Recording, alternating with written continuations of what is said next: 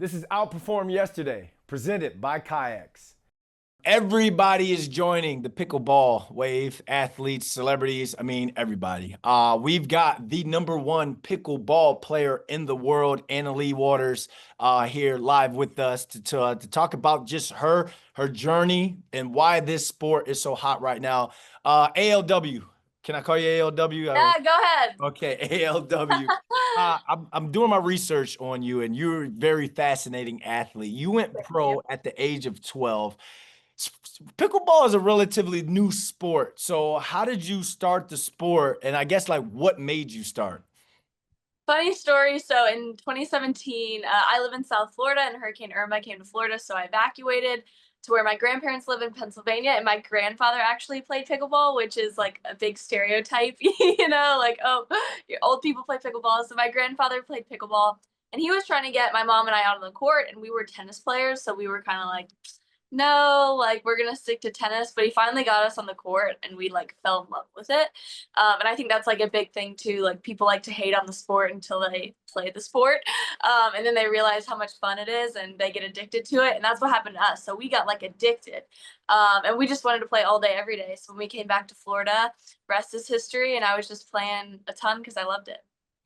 And that is the recipe for success. When an athlete becomes addicted to something, when we have that passion and we're like, you know what, I'm going all the way in on this, then that right there is the recipe for success. And I mean, you're having all types of success within your career. I guess take us through the world of ALW. Like what's your day prep like? What's your mindset not only when you're training, but then that week when you're going into the weekend of a tournament?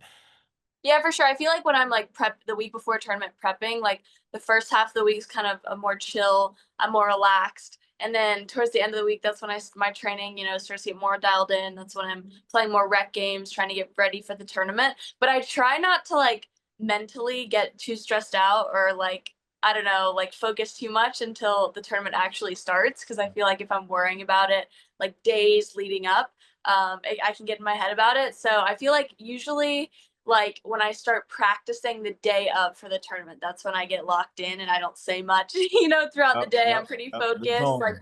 the other day, yesterday, I was playing in a tournament and somebody asked me, like, hey, do you want to come play a board game? And I'm like, no, I got to stay locked in. Like, what are you talking? I'm like, I can't do that. I got to stay locked in. So when the tournament starts, I'm pretty locked in. But before, you'll see me like joking around, having a good time.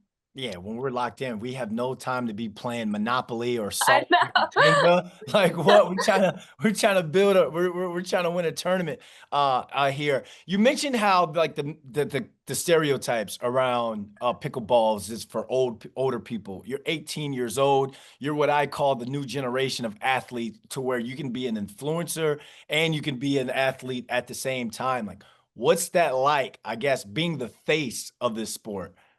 Yeah, it definitely adds another level to it. It makes me more busy, but I love showing my personality. I love helping to grow the sport. I feel like the sport has done so much for me in my life. Like, not even talking about all the success I've had on the court, just how pickleball has made me feel, or how it makes me feel when I'm on the court. So I like to give back to the sport, but I also like to get more people involved in the sport because I want them to, or I feel like pickleball will have a positive influence on their life. So I love spreading the game on my social media for that purpose. But then I also love kind of showing some of my personality in my social media posts. So it's kind of like the best of both worlds. I love growing the sport, but I also just kind of like doing some social media stuff.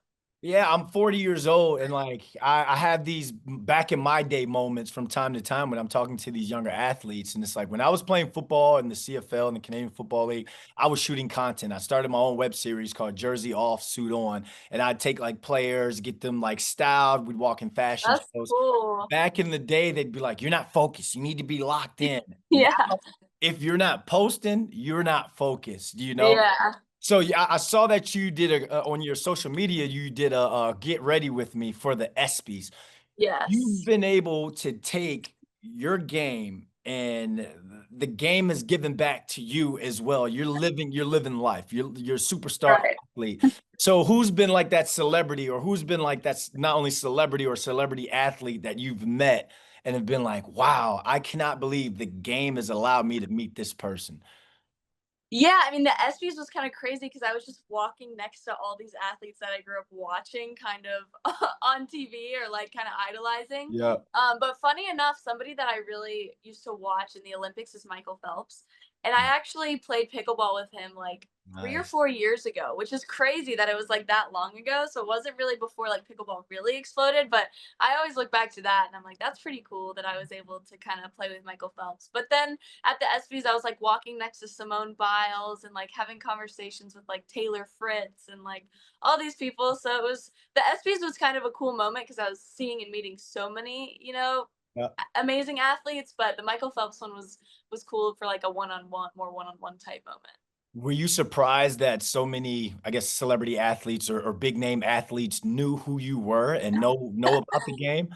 It was funny because I'd go up to somebody and like introduce or start a conversation or introduce myself, and the amount of people that actually knew who I was kind of mind blowing because I was kind of just going up to these people to like start a conversation, and then they'd be like, "What's your name again?" And I'd tell them, and they'd be like, "No way! Like I watch you all the That's time, or I've that's watched your journey. You're doing amazing." So it was really cool. I met Sloane Stevens at the ESPYS, and she knew so much about me, and I was like, "This is nuts! Like I watched you win the U.S. Open, so it was cool. It was really cool."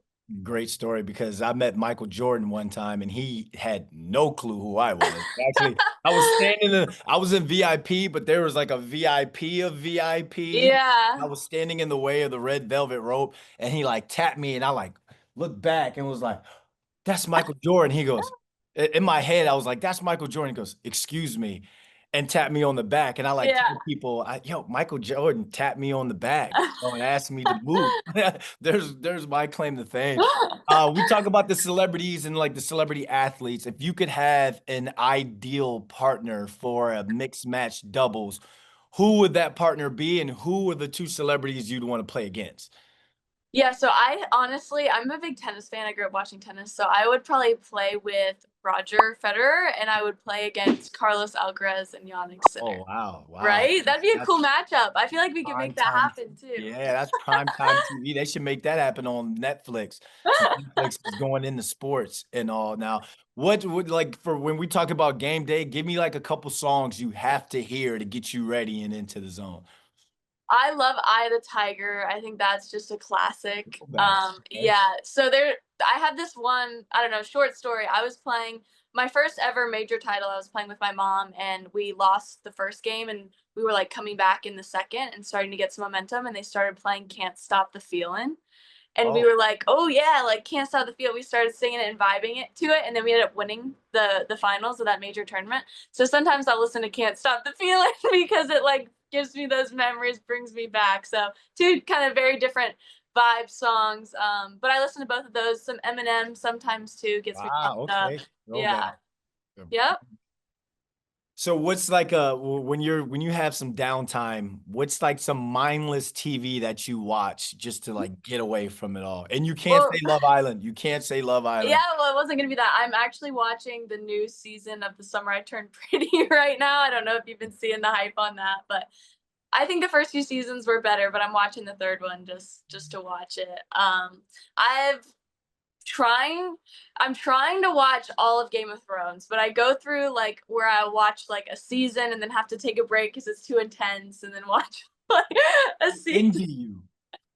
Envy you. It's perfect. Go just take it. If you have like a long road trip, just binge watch it all. It is. Have you got to the red wedding yet? I don't want to spoil Yeah, yeah, anything. yeah, yeah, yeah, yeah, yeah. Yes, I Woo, was not expecting that. woo. I was like, oh my gosh, crazy. I know. Game of Thrones that is probably every athlete's that's in like their top five in terms of shows. Yeah, it's good. I feel like every episode is like a movie, and it's Yeah, like yeah. crazy, You've got so so much high more. I don't want quality. to spoil it for you, but Yeah. you've got so much more. I guess lastly, Anna, what's next, not only for pickleball, but what's next for ALW, the brand as well? I just feel like trying to grow the sport and keep doing things that maybe people in my sport haven't done, like going to the ESPYS. That was something huge. So kind of doing that. I think one main thing is growing my social media. I've done a pretty good job so far. I definitely could do better. And then further down the line, I would say probably like playing the Olympics. That would be pretty cool. Keep getting the kids involved, growing the sport internationally, flying internationally to play international tournaments. So there's a lot. I feel like there's a lot that I can do, and I haven't tapped yet. So I'm very excited for the future.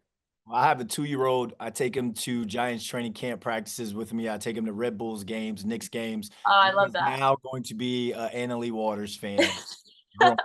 So I will make Awesome. sure Thank that you. that youth is going to be playing some pickleball when he grows up. Thanks for hanging out Love with it. us today. Keep crushing life. Thank you. Good luck on your next tournament.